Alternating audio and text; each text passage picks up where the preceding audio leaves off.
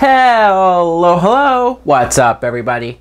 My name is Mike Brown, aka ReviewKingMB, and over the next couple weeks I'm going to be doing some of the best of, worst of, and several different categories of the year.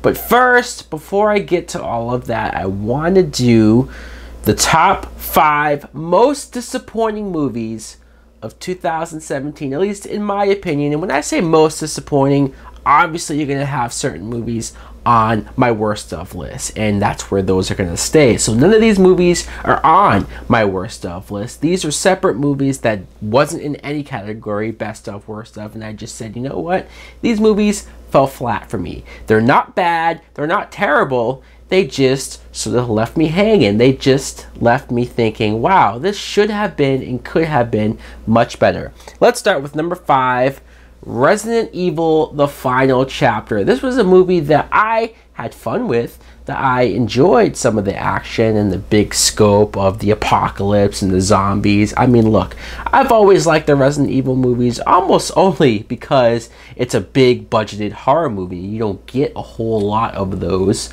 nowadays. It feels like they're very far and few between.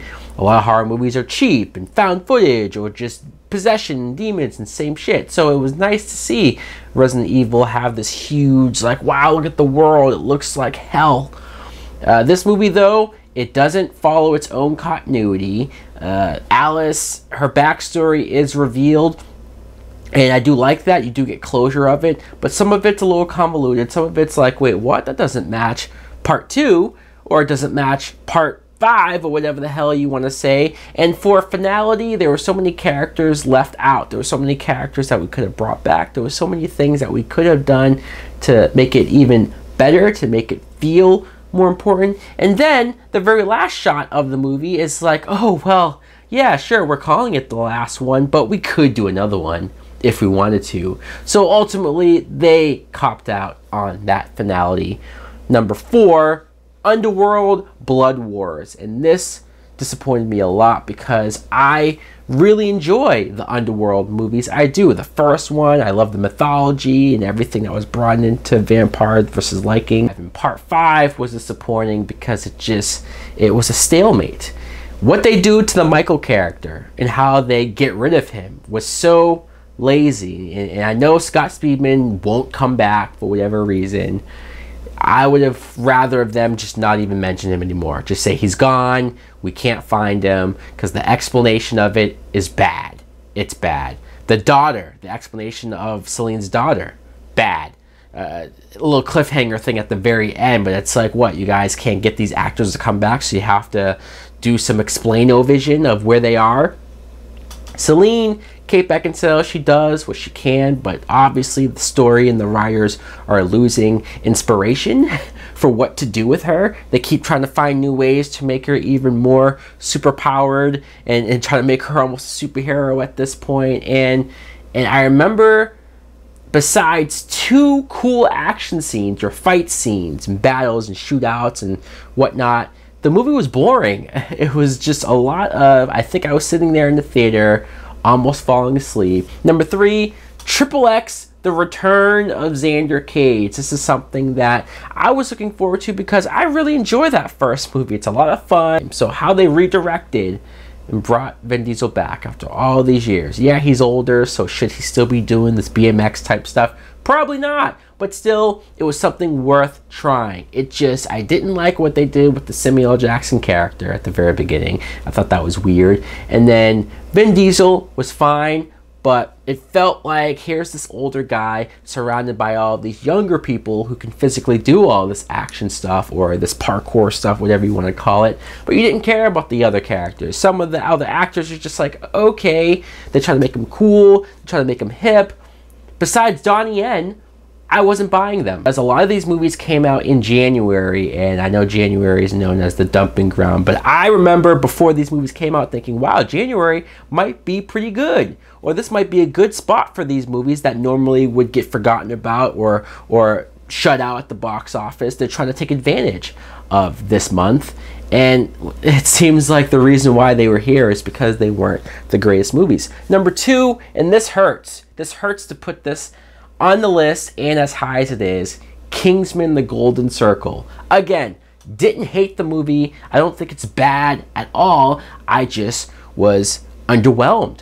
Severely underwhelmed, severely disappointed. And it's one of those things where I rewatched the first one recently, just the other day, and I had so much fun with that. I was like, going back, it's like, this is why this works. This is why this backstory and these characters and this organization is so cool. The second movie it was too much. The first movie does that gradual build, and it gets you prepared for when they go full retard. The second movie goes full retard from the beginning.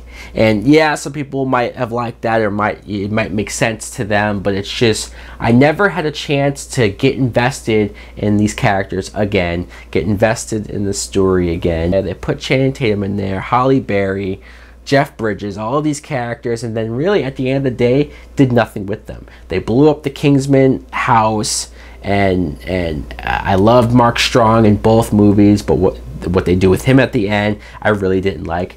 Bringing Colin Firth back was a huge disservice to not only this movie, but the last movie, and how impactful his death was, how shocking it was when he dies in that movie, and it mattered, it meant something. This movie, they brought him back, and it fell flat for me in every sense of the way, every scene with it, and how they tried to force feed him remembering stuff. I'm like, I didn't care. Look, did I have some fun with it? Yes. But I also didn't love it like I wanted to either. And number one, for my most disappointing movie, not worst, but disappointing movie of 2017, Ghost in the Shell. This is something where I'm not this big anime person. I've never seen the original anime of this, and so I'm sure people who have seen it, maybe they either liked it more or didn't like it as much. It could go either way. From what I've seen of it, it looks interesting. The story looks interesting, and I thought the trailers of this movie looked different and bizarre and taking risk. Sure, casting Scarlett Johansson as an Asian character isn't the greatest thing in the world, and I know it was strictly because of box office and her name sells tickets, and that may be true for a movie like Lucy or the Avengers in some ways, but it did not work here. You not only piss people, original fans, off with that casting, but you piss people off who just heard about it, like me, where you go like, wow, you guys really couldn't have taken a risk and tried something. And then when you watch the movie and you see the story reason for why this character, who has an Asian name and an Asian background, is in a white body, it is even more disrespectful, I think, than they probably anticipated or was going for. And the story is, yeah, there's some cool ideas, but it's all over the place. There's some cool action, but ultimately, how much do you care about if all of the side characters you don't get a lot of? This movie looks gorgeous. This movie has great special effects and whatnot, but sometimes you get sick of it. Sometimes you get sick of movies that look great, that has all these great action stuff, but you're not getting as much behind the story. I was underwhelmed with obviously all of these movies. Let me know in the comments below, what do you think of my list? Do you agree with them, disagree with them? Is there any ones that you would put on the list for most disappointing? Thanks for watching. Like, comment, subscribe. Later!